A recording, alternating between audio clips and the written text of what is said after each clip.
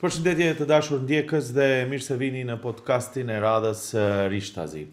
Sot do të sjellim një analizë dhe diskutim për atë se çfarë në fakt solli procesi zgjedhor i zgjedhjeve lokale në Maqedoninë e Veriut. Pas përfundimit të zgjedhjeve të përsëritura, disi duhet rrumbullaksuar, nëse mund ta them kështu, procesi i cili filloi që vitin e kaluar, por me zgjedhjet e fundit të dielën përfundoi ky proces zgjedhor. Por sigurisht këto zgjedhje ishin zgjedhje lokale, por dominuan edhe politikën edhe për tema të tjera dhe në fakt me të ftuarit e mi, Xhenur Iseni, politolog, dhe Sefer Selimin, analist, do të diskutojmë pikërisht këtë çështje. Ç'do të thotë dhe si duhet lexuar rezultati i këtyre zgjedhjeve. Përshëndetje dhe mirë se erdhët në studio. Ja do ta filloj më një herë me rezultatin zgjedhor. Xhenur, me ty, si e shikon ti fitimin e AKI-s në 2 komunat shqiptare? Sigurisht që zgjedhjet kishte në 4 komuna, por fokusin e diskutimit do ta kemi këtu.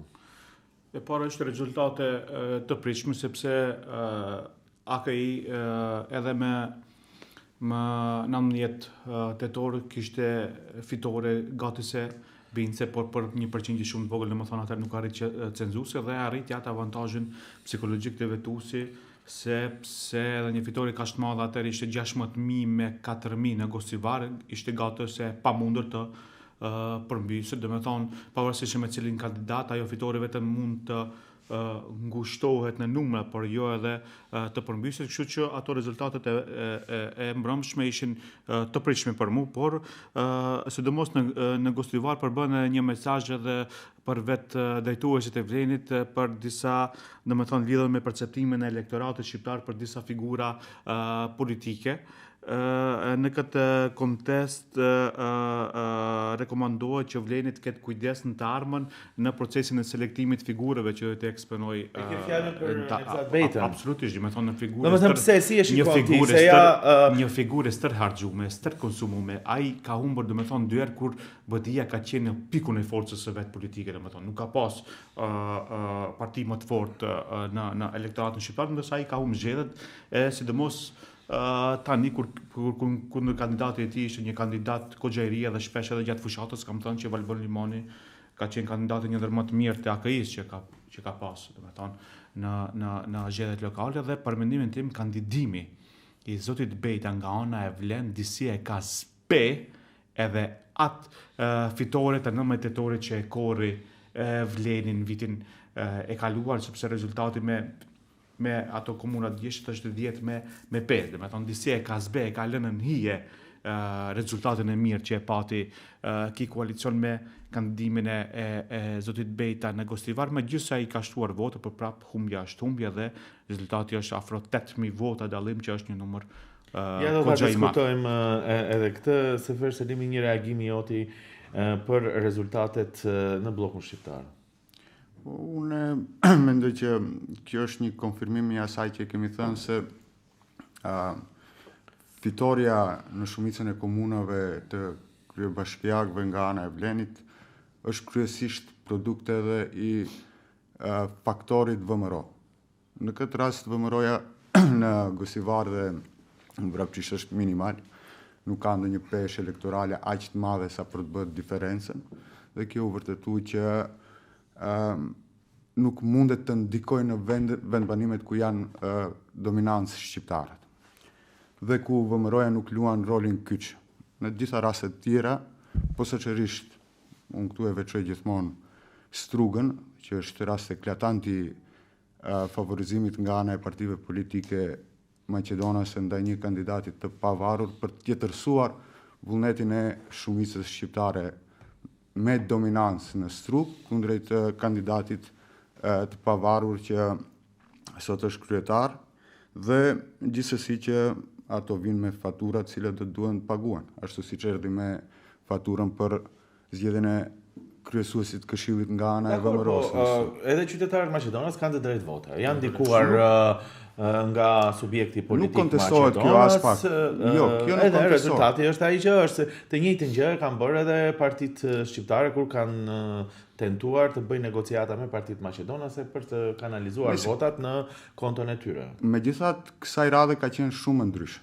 dhe është shumë ndryshe sepse nuk u reflektua në Kërshov dhe në Bërvenic, ku partitë politike maqedonase u bën gjitha bashkë për të favorizuar një kandidat që është Maqedonas. Dhe me një numër të vogël të votave shqiptare u zgjodhen kryetar Maqedonas, ndonse shumica e popullsisë është dominante shqiptare. Dhe ndryshe nga Struga, këtu nuk kemi të zgjedhur kryesues Këshillit Shqiptar, po Maqedonas dhe po nga VMRO-ja. Pse kjo nuk reflektohet edhe në këto vendbanime? Pra, kemi një mos përputhje dhe unë vazhdoj insistoj të them që kjo është në shërbim të defaktorizimit të shqiptarëve, jo vetëm në pushtet qendror, por edhe në pushtet lokal. Ja të fokusohemi te rezultati negociatave në vrapçisht. A është një përgjigje e kësaj që thua ti ndaj një politike që ndoshta është jo në favor të shqiptarëve, apo megjithatë, siç thot Vleni, është një sukses edhe për ta sepse kanë rritur numrat në 2 këto komuna? Ndërhyrja ka qenë brutale, do të thoja, në Gosivar, sepse u instalua povereniku ose i besuari i qeverisë në kundërshtim të plot me ligjin. Ne kishim dy ligje kundërthënës. Kodi zgjedhor, i cili thotë se në rast të dështimit të zgjedhjeve duhet të përcaktohet një i besuar i qeverisë për të udhëhequr për sa kohë nuk zgjidhet kryetari i ri, ndërsa ligji për veçeverisje lokale thotë që ushtruesi i detyrës, dhe këto janë ndërhyrje që u bën në vitin 2024 me ndryshimin e ligjit për veçeverisje lokale, që thotë ushtruesi i detyrës duhet të ngelet në detyrë deri sa zgjidhet kryetari i ri i komunës. Dhe interpretimet e juristëve, dhe këtu do doja të veçoj për shembull profesor Denis Preshova, i cili në mënyrë të detajuar e elaboroi pse është në kundërshtim me ligjin.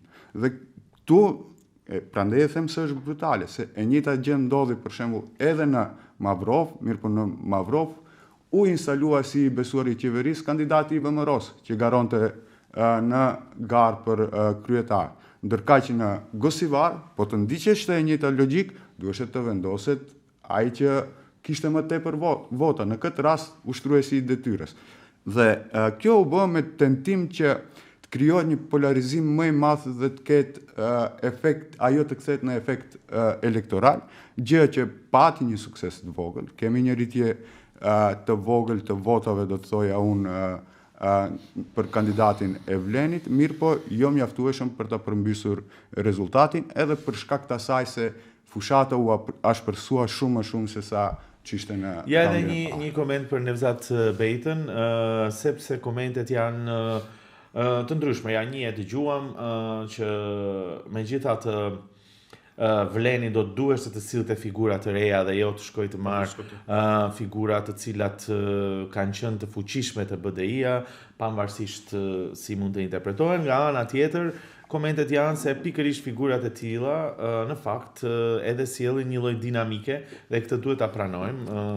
Prezenca e Nevzat Bejtës solli një ritëm, një dinamik në fushat. Si e shikon ti këtë aspekt të marrjes së figurave të partive të tjera të fuqishme apo figura emblematike dhe tani që garojnë në siglen e Vlenit?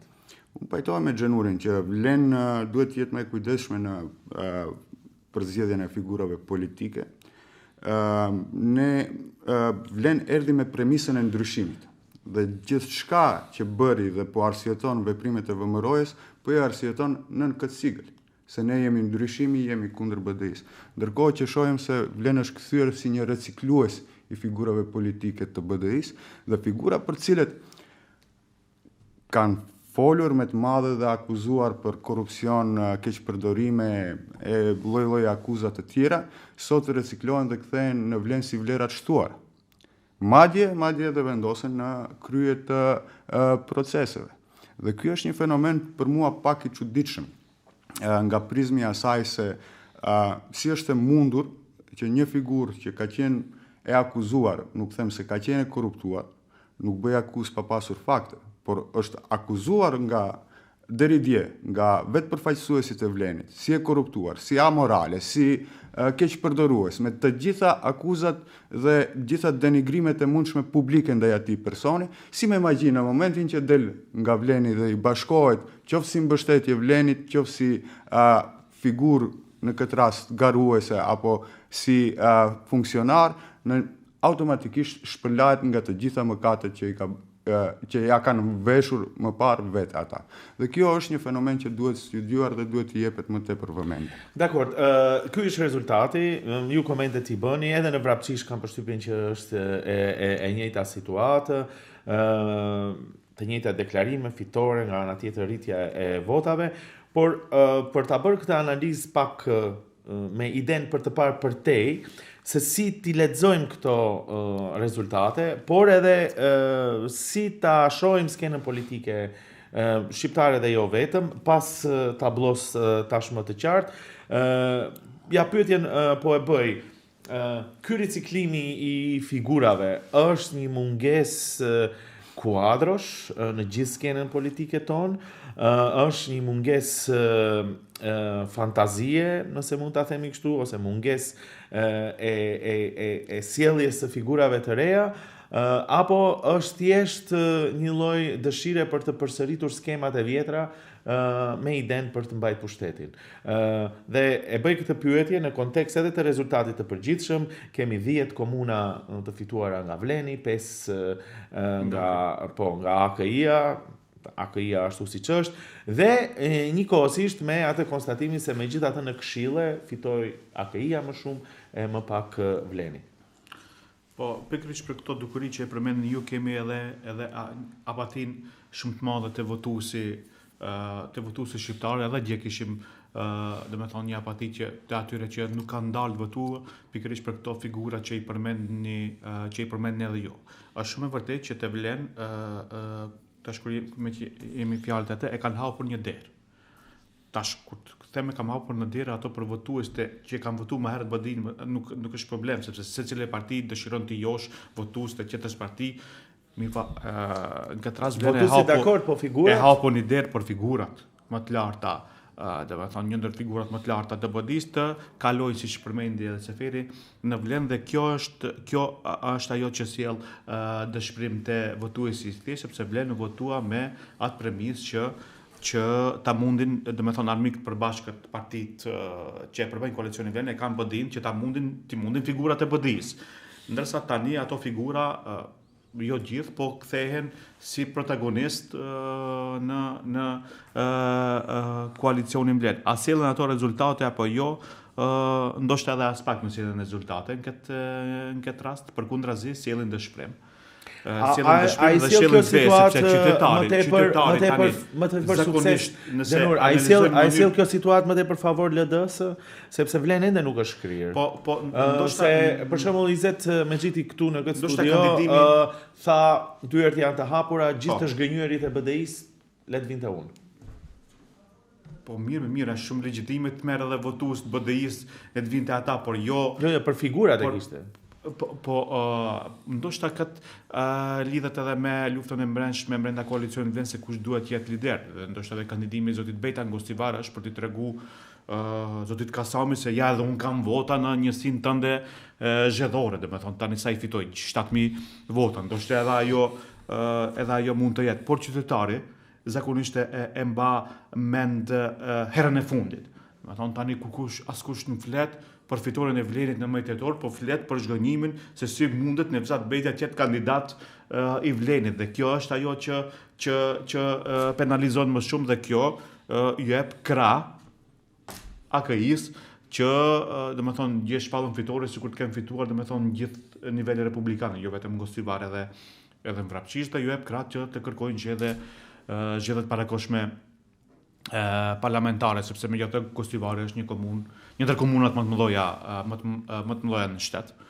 Dhe edhe kjo edhe jep domethënë është legjitime edhe të kërkojnë. Tani interpretimi është i tillë, jo vetëm AKI-a, BDI-a, po edhe LSDM-ja kishte një deklaratë të tillë apo ku thoshte që ja qeveria po humbet votimin. Dua të them që interpretimet do të bëhen nga ana e politikës për interesat e tyre, por ne i shohim interesin e qytetarëve. Sefer, e njëjta pyetje ndoshta. A është ky rezultat, a duhet lexuar në fakt edhe si një lloj se më thënë, rregullimi brenda vlenit se kush vlen më tepër, pavarësisht humbjes, megjithatë konstatimi i tyre ishte se ja i kanë rritur votat dhe në këtë kontekst apo pozicionohet më mirë LD-ja, duke thënë që ja kandidati jon arriti të rrisë të trefishoj si ishtin ato deklarimet votat në krahasim me një kandidat që ishte i kaluar apo edhe që nuk ishte bashkë lidhur me LD-n.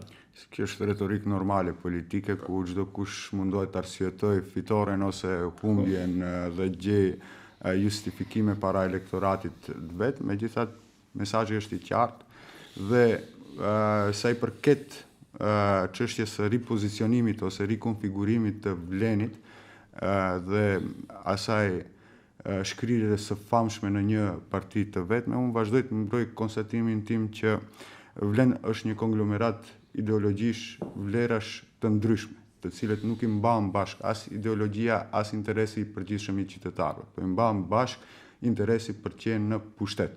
Dhe në mungesë të BDI-s vlen nuk ka asnjë kauz serioze për të qëndruar bashk.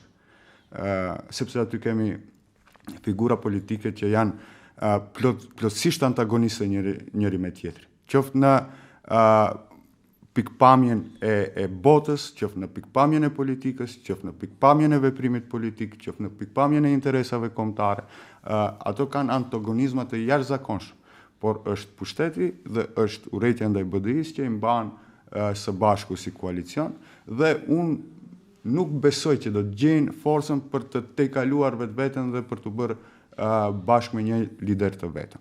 Gjithçka tjetër, rotacion, presidencë, të gjitha këto janë vetëm arsyetime për të mbajtur atë konfiguracion si një parti të vetme, si një koalicion, i cili në momentin e parë që do të sfidohet nga dikush nga brenda, do të rënohet si kull prej kartash. Po mirë, ja pyetja direkte. Pavarësisht si do funksionoj presidenca.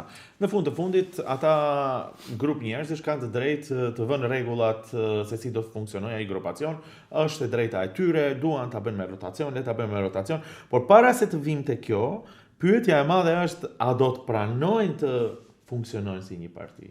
A mendoni që ky rezultat ashtu siç është, që ju ka dhënë një hov, duhet ta pranojmë, kanë marrë gjitha ato vota që i kanë marrë, duhet ta pranojmë se edhe ata vetë thonë që në qoftë se janë një parti do të jenë edhe më të fuqishme kundrejt VMRO, PMN-s dhe Mickovskit. Pyetja legjitime tani shtrohet, me që të gjithë thonë që kanë fituar, që janë një faktor që e kanë çuar BDI-n në opozit, a do të arrijnë të bëhen një subjekt politik? Si do të funksionojnë brenda, me çfarë rregulli, pastaj është pjesë e tyre? Absolutisht që është pjesë e tyre dhe unë kam thënë që unë vërtet dëshiroj që ato të bashkohen, jo për interesat e tyre. Interesat e tyre janë interesat e tyre, por në interes të shqiptarëve dhe faktorizimit të veprimit politik shqiptar, për mua si shqiptar, qytetari Maqedonisë së Veriut është në interes që të kemë një parti të konsoliduar që është në pushtet dhe e cila mbron interesat e mia edhe si shqiptar, përveç se si qytetar edhe si shqiptar. Dhe këtu po dështojnë ato. Kjo mungesë e këtij koezionit brendshëm brenda vlenit i ka bërë ata të cënueshëm para faktorit politik maqedonës. Sot unë me keqardhje konstatoj që ato që i kemi thënë në të kaluarën po vërtetohen. Sot më nuk ka rëndësi se kush është në qeveri prej partive politike shqiptare. Nesër Mickovski mund të zgjedhë që të përjashtoj Bilal Kasamin dhe të vazhdoj të mbaj një pjesë të ngelur të vlenit dhe të thotë që unë kam përfaqësues legjitim të shqiptarëve në qeveri. Pra, ne kemi humbur kuptimin e përfaqësimit politik si shqiptar në Maqedoni. Pse një parti politike shqiptare duhet bëj program sot dhe të shkojë të garojë për vota dhe nesër edhe po të ketë marrë ato vota, po të ketë marrë mbështetjen politike të shqiptarëve, nuk vendosin shqiptarët se kush i përfaqëson, por vendosen Mickovski në bazë të numrave që i ka. Pra, edhe në interes të shqiptarëve është që vlenit të bashkohet në një parti të vetme politike. Por që të ndodhë kjo duhet parë mentaliteti i veprimit.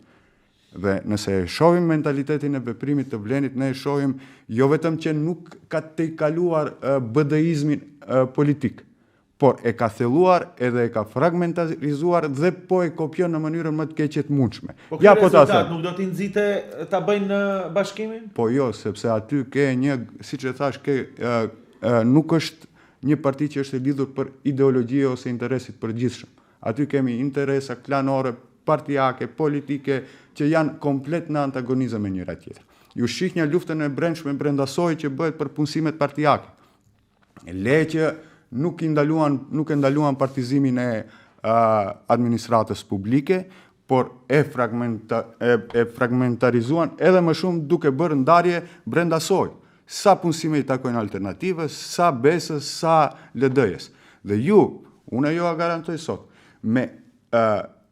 janë të ndarë si me thik, dihet cili antar i cilën e ka lider, dhe kujt i bindet. Dhe nesër, me një të fishkluar, Bilal Kasami i mbledh aktivistët e vetë dhe largohet prej Vlenit.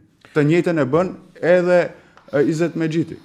Nëse për alternativën e Afrim Gashit, ato edhe aq janë të gjithë në funksion, ndërkaq për Arben Fetajin duhet përcaktohet se çfarë përfaqëson realisht brenda në Vlenë. Xhenuria, e njëjta pyetje, a do të ishte ky rezultat me gjitha të përshkrim që e thash më herët, se me gjitha të ndryshimi ka ndodhur, apo ka ndryshuar gjithë klasa politike, figurat, ministrat, drejtorët, do me thënë u bë ai ndryshim që pretendon të Vleni ta bëj.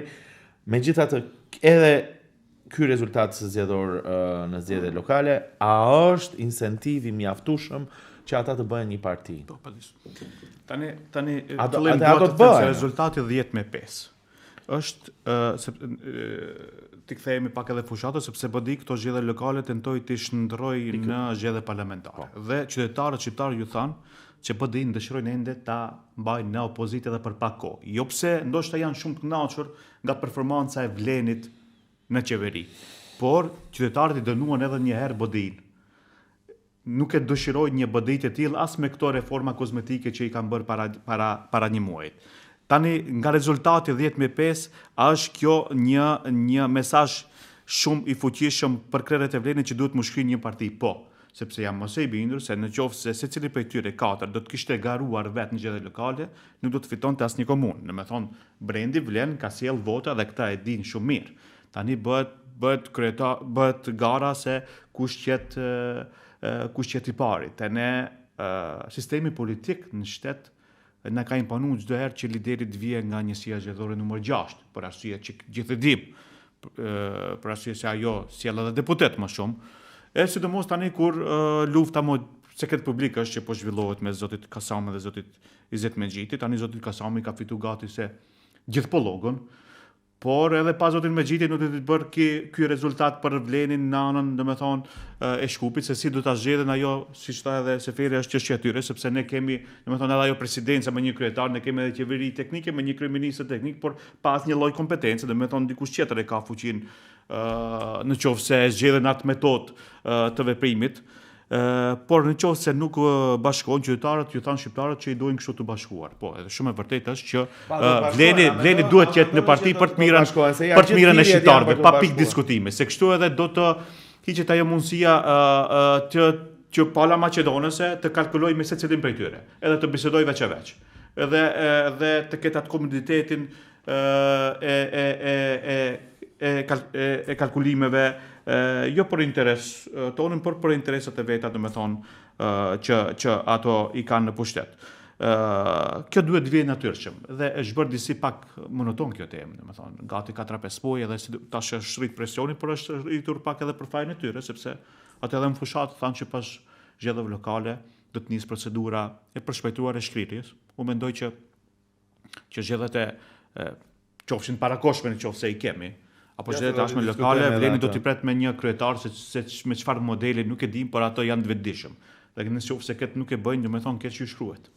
A mund të thuaj që në qoftë se kjo nuk e bëjnë, në fakt do të mbes ajo përshtypje që është për krejt klasën politike, jo vetëm për ata që në fakt figurat më shumë figurat politike më shumë shohin interesin e vet personal se sa të popullit. Kështu krijohet perceptimi. Apo se duke qenë të fragmentarizuar, siç the edhe ti, shumë kollaj partnerët Maqedonas luajnë me njërin, me tjetrin, bëjnë presione nëse ti nuk e bën këtë do vijë një tjetër, siç edhe dëgjojmë. Siç edhe dëgjojmë apo që mund të ikë Bilal Kasami të vi Zia Sela dhe ky është një lloj presioni që ti mbaj bashkë. Kur janë bashkë është më e fuqishme. Por përmende një gjë, sepse vlenin po e diskutojmë, por nuk mund mos ta diskutojmë BDI-n. Si duhet ta lexoj këtë rezultat BDI-a? Edhe po ta bëj pyetjen ty një herë, pastaj Seferit me që e përmende, sepse the që ndryshimin që e bëri BDI-a është kozmetik. Një pjesë e vëzhguesve megjithatë thonë që në qoftë se nuk ishte ky rezultat, BDI-a nuk do ta bënte atë ndryshim dhe po ta shohësh në emra, në lista. Këtë ndryshimi imponuar nga rezultati. Që duhet të jetë... Sepse BDI-a ka fituar në kaluamën edhe me këto figura, domethënë, me këto figura që i zbritin një shkallë më poshtë, nuk i tërhoqi domethënë. Po tani në strukturën e partisë ka realisht figura të reja, ka figura që sigurisht që kanë qenë pjesë politikës, por jo dominant, nuk e kanë dominuar, kur bëhen mbledhje, kur e shohim pamjet apo nuk janë figurat e vjetra më aty. Pa diskutim që ky ndryshim u bë si rezultati i zgjedhjeve, po si duhet ta lexoj tani BDI-a këtë? Është kozmetike apo realisht do të sjell një program të ri, do të sjell një vizion të ri? Si e shikon? E para këto zgjedhje lokale BDI-a hyri gabimisht. Domethënë me matematika të gabuara, se sikurse në zgjedhjet lokale ajo i bënte matematika sa deputet fitojnë. Deputet nuk fitohen zgjedhje lokale, fitohen komune dhe parat edhe pësoj. Tani i bëri ato ndryshimet kozmetike, si thash, më herët, jo diçka, do me thonë, sepse në preskonferencët e BDI-s prapë i shohim të figura për të cilët ajo po thotë që i ka bërë ato ndryshime dhe për të cilët qytetarët i thanë mjaft, me këto figura nuk dojnë. Kush janë për shembull figurat kozmetike që mendon? Mos përmendim emra që ende janë në krye dhe ende janë protagonistë aty. Dhe unë nuk besoj edhe pse ato janë tani në shkallën e dytë. Megjithatë është mirë që kinse po bëjmë diçka, edhe ato figurat që i përmende edhe ti, mirë pa ato që kanë qenë më të vjetër prapë janë vendimmarrës. Unë nuk besoj që anashkalohen totalisht nga vendimmarrja e partisë, sepse ne mbledhje po i shohim prapë. Edhe në preskonferencët e BDI-s prapë sërish po i shohim, edhe në parlament, edhe në për emisione kur po i përfaqësojnë BDI-n e tjetër. Ajo që është për të theksuar është që asnjë edhe gjën në Gostivar që fitoi kandidati zoti Tarevari. Dhe jo i BDI, domethënë BDI-a nuk ka fituar asnjë komunë apo qytet të madh në nivel republikan. Dhe kjo është mesazh i qytetarëve që BDI-n edhe pak dëshirojnë, domethënë ta mbajmë në opozitë, dëshirojnë ta dëndojmë ende. Thash edhe më herët, jo pse vleni ashtu duke bërë mrekullira, domethënë në performancën e qeverisë, por atë qytetarët nuk e dëshirojnë një BDI kështu siç është. Dhe unë mendoj që zoti Ahmeti ka kuptuar këto mesazhe dhe ky hapi para një muaji ishte hapi i parë, ndoshta me sa pavaqer që do t'i ndërmerr në zgjedhjet që do vinë qoftë këtë vit qoftë të rregullta dhe besoj që në fakt edhe nuk duhet që vlenit të ndihmojnë këtë aspekt, siç thash edhe me riciklimin e figurave, ato figura duhet që jenë pjesë e së kaluarës, po flas tani për gjithë establishmentin politik shqiptar, sepse në këtë aspekt ne kemi dështu këtë komplet, me thonë, tu nuk po flas as si vlen, as si AKI, as si BDI, as si ashtë. Komplet në përgjithësi kemi dështu se nuk kemi as plan, as nuk eksponojmë as figura të reja, megjithëse kemi shumë, edhe në BDI ka shumë njerëz jashtëzakonshëm që deri tani nuk ju ka dhënë mundësia, por ka edhe në vlerë. Seferja, e njëjta pyetje edhe për ty. A është ky moment i këtyre zgjedhjeve momenti real i reflektimit të BDI-s me gjithë ndryshimet që i bëri? Po, gjithsesi, po para se të kaloj tek ajo për hir të korrekcisë të fakteve, ne duhet të flasim ashtu siç janë gjërat. BDI-a mendoj që në vlerësoj interesin e VMRO-s dhe Mickovskit për ta shkatruar atë plotësisht dhe sa shumë do të investohet për të ndihmuar Vlenit, sepse realisht Vlen fitoi me komuna, mirë po atë që thatë edhe ju, në krahasuar me këshilltar, krahasuar me numër për parti dhe koalicione, përsëri fituesi ishte Aleanca Kombëtare për Integrim. Vleni humbi me një diferencë prej 23.000, 24.000 votash në krahasim me BDI-n. Nuk ndodhi ajo që duheshte të ndodhe, një referendum që do të kishte një diferencë edhe më të madhe në raport mes Vlenit dhe BDI-s për shkak të gjithë kësaj që po ndodhen realisht, dhe të cilën unë shumë herë kam elaboruar dhe nuk dua t'i kthehem. Megjithatë, kjo imponoi që BDI-ja të bëje një prerje. Dhe ndryshe nga Xhenuri, unë mendoj që kjo prerje është e madhe, por nuk është e mjaftueshme. Nuk është e mjaftueshme sepse ne tani kemi parë vetëm një fazë të reformimit të BDI-s. BDI-ja në aspektin kadrovik është reformuar. Ju nuk keni në kryesinë qendrore figura që kanë qenë emblematike për BDI. Nuk është, dhe do t'ju ripërsëris, nuk është për shembull Talat Xhaferi, që mbajti postin më të lartë që ka mbajtur ndonjë shqiptar në këtë vend. Ishte kryeministër, edhe pse teknik, po ishte kryeministër i vendit. Nuk e keni Musa Xhaferin, që është vlerësuar si një nga bashkëpunëtorët më të afërt të zotit Ahmeti, të gjithë, jo vetëm në veprimtarinë ilegale politike, por edhe në veprimtarinë e atij ilegale. Ju nuk e keni Teuta Arifin, nuk e keni Xhevat Ademi, nuk e keni Blerin Bexhetin, nuk keni sa A është kjo kozmetike si sto Xhenuri? A është një ndryshim kozmetik? Unë e kuptoj tendencën për tu humb pesha e kësaj, po ne të gjithë kemi bërë presion për një reformim të BDI-s dhe BDI-ja ka bërë hapin e parë drejt atij reformimi dhe kjo duhet përshëndetur dhe nxitur dhe inkurajuar që të vazhdohet edhe më tej. Pra, çështja nuk është kush është në kryesi, po kush nuk është më në kryesinë e BDI-s dhe kush nuk është më në Këshillin e Përgjithshëm të BDI-s. Dhe këtu shohim një shkputje të madhe në aspektin kadrovik prej figurave që kanë qenë serioze, të cilët kanë bartur peshën edhe të fitores, po edhe të gjitha këtyre akuzave të cilët janë bërë BDI-s ndër vite. Pra, është një shkputje e madhe. Ja, Xhenuri, është kjo kozmetik për shembull për ty, siç thotë Seferi, sepse megjithatë këto emra ishin kapital të BDI-s. Si e shikon ti, domethënë, tash që politikë bërë gjithë këto emra bëjnë preskonferenca në pressallën e Kuvendit, domethënë, këto emra. Po mirë, ato janë deputet tani, ato s'mund të ishin për deputetit. Po tani janë prapë në parti, domethënë, prapë marrin pjesë në mbledhjet e partisë. Nuk është bindse për kjo. Kur e përmendi zotin Bexheti, di çfarë, për këtë edhe kanë hupë në ato komuna. Kemi interpretimet të ndryshme për. Po pa diskutim. Këto janë mendime që do të thonë që duhet të pajtohesh edhe unë të pajtona edhe me juve. Megjithëse kjo është vetëm një hap sa për sy e faqe.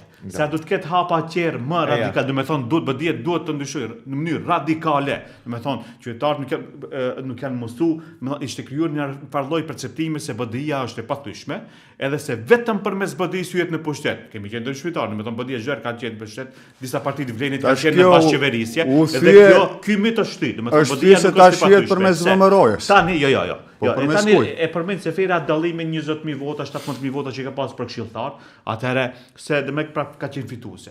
Por BDI-ja kishte preskonferenca triumfaliste ora 7:30 pas çdo procesi zgjedhor. Tash që kanë bërë shumë thjesht, domethënë që po festoj pse kanë fituar zgjedhjet lokale apo çfarë, domethënë shumë për toke. Jo. Ato nuk kanë qenë as pak të kënaqur nga rezultati. Jo, ajo çdo mendje ajo që nuk ka asgjë prandaj them që BDI ka humb. Domethënë nuk ka fituar asnjë komunë të madhe. Edhe Valbon Limani që ka fituar gjë, ka qenë figurë e pastër, jo inkriminuar me BDI-n edhe paratë edhe ka fituar. Pa diskutim hiç. Edhe ajo që Nevzat Bejta, edhe pse ai kandidoi nën logon e Vlenit, Nevzat Bejta ende shihet si figurë e BDI-s. Ende. Edhe shtash merret. BDI-ja pikun e fuqisë vet. E ka kandiduar 2 herë ka humb dhe tani po pretit prap fiton. 2 herë ke humb, çka po li më shumë. Po ndoshta nëse është ai qëllimi që tregohet që e kemi rrit votën, po e ka arrit atë qëllim. Sipas kësaj logjike, BDI-ja pas ka humb zoti Bejta pas ka humb për shkak BDI-s edhe ngosiva. Hiç pa diskutim. Pa diskutim.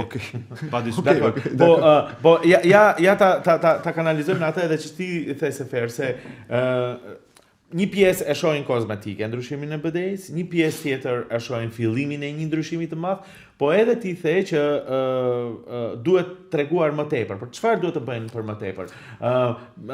Tani kur qemi shtash të zgjedhjet, kur do qofshin të vinë, duhet më tepër ajo është të shohim çfarë lista për deputet do të ofrojnë partitë politike. Aty do të shihet se sa është real. Prapë te emrat apo edhe te politika, se duhet ta për të gjitha partitë kjo vlen, po me që po diskutojmë BDI-n, duhet ta modernizojnë ofertën politike me projekte konkrete, me oferte. Do ndodh kjo, domethënë a ka fillu ky proces aty të ndërprerë. Atë thash që unë mendoj që them që BDI ka kryer vetëm fazën e parë, atë kadrovik.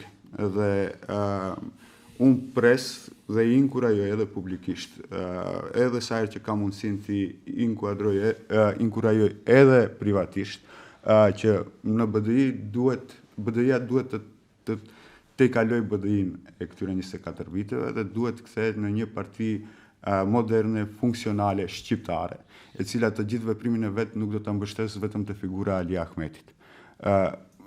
Ali Ahmeti në këtë periudhë të ardhshme duhet të vendos bazat e një BDI e cila do të jetë në gjendje të funksionojë edhe kur ai të mos jetë më kryetar i asaj partie. Duhet të funksionalizojnë. Po tash ta mbaroj, mundesh.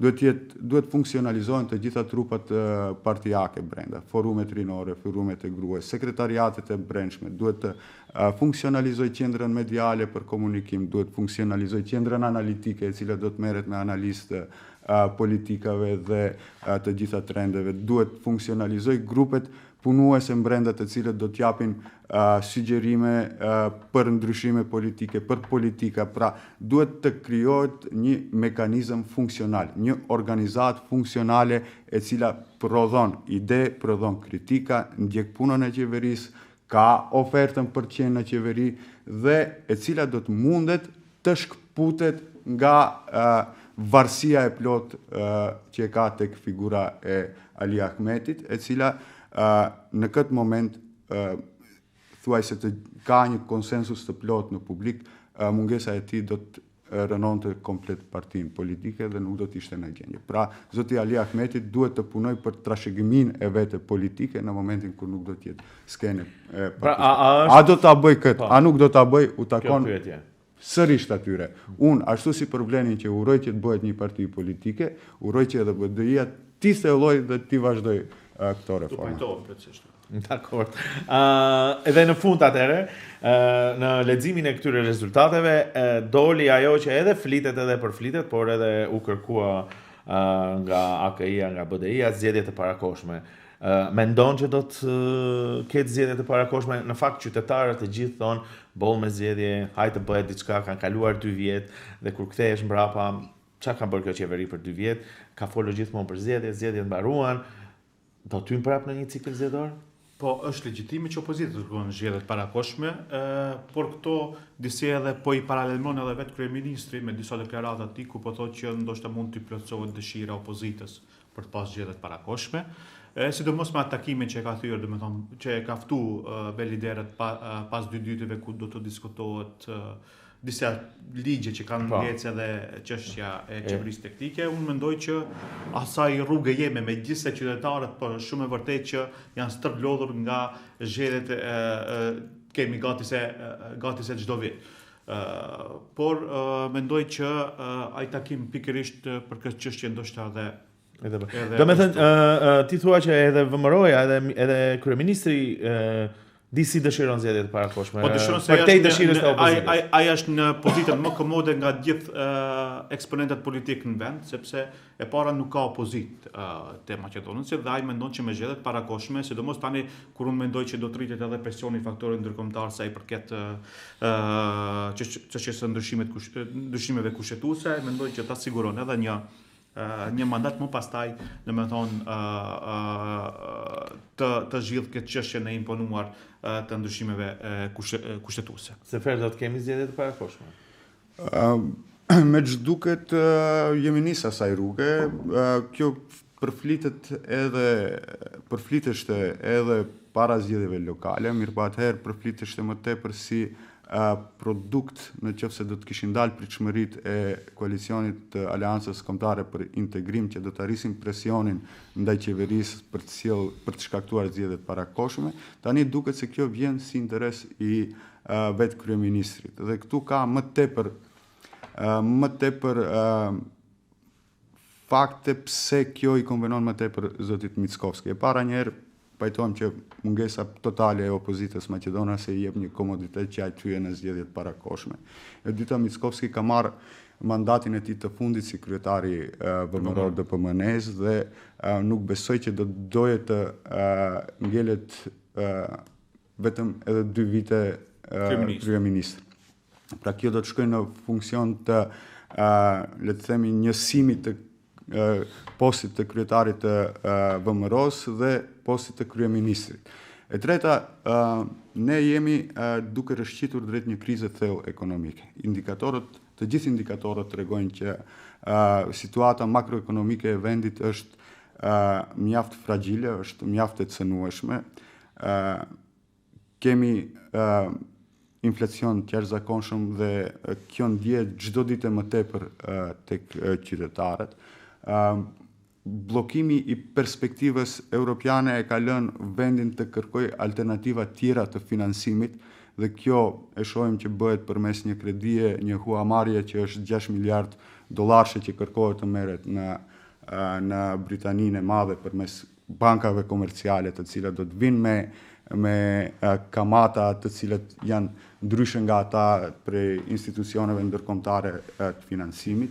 Ka mungesë të shumicës së dyfish në qeveri, një numër i madh i ligjeve nuk mund të kalojnë dhe kjo gjithsesi që kulmon me autoblokimin do të thoja. Zoti Mickovski nuk e mban peng vetëm këto 2 vite qeverisje rrugtimin tonë evropian. Ajo është duke mbajtur thuajse 4 vite, që kur u miratua korniza negociuese dhe ku vazhdimi bisedimeve varet vetëm nga ndryshimet kushtetuese. Këto çështje si qeveria teknike, nëse duhet ose nuk duhet të ndryshoj, apo si model ekzistues që ishte pjesë e një kompromisi të madh, situata ekonomike dhe pa diskutim edhe çështjet e rrugës së integrimeve europiane, nuk mjaftojnë vetëm për këtu, do duhet të diskutojmë për një çështje tjetër, por ajo që mund të them në fund si një rumbullaksim është po duket ose po i vjen era një lloj procesi të rizgjedhor që me siguri mund të jenë zgjedhje të parakohshme dhe kjo edhe më tepër se edhe eksponent të vlendit nëse e shohim nga këndvështrimi shqiptar edhe të AKI-s dhe BDI-s janë pro zgjedhjeve, vleni sepse me rezultatin që ka fituar nëse e përsërit edhe sikur të humbin pak deputet do ta kontrollojnë pa diskutim badenterin apo votimin e shumicës së dyfish që do të jetë i qeverisje më e qetë për ta, nga ana tjetër Mickovski dhe VMRO-ja për arsyet që i tha Seferi. Gjithsesi, unë këtu do të përmbyll këtë podcast dhe këtë diskutim dhe këtë përmbledhje se si duhet lexuar rezultati i procesit zgjedhor lokal. Faleminderit Xhenur, e di që i ke ndjekur me vëmendje, ke qenë pjesë edhe podcasteve të tjera.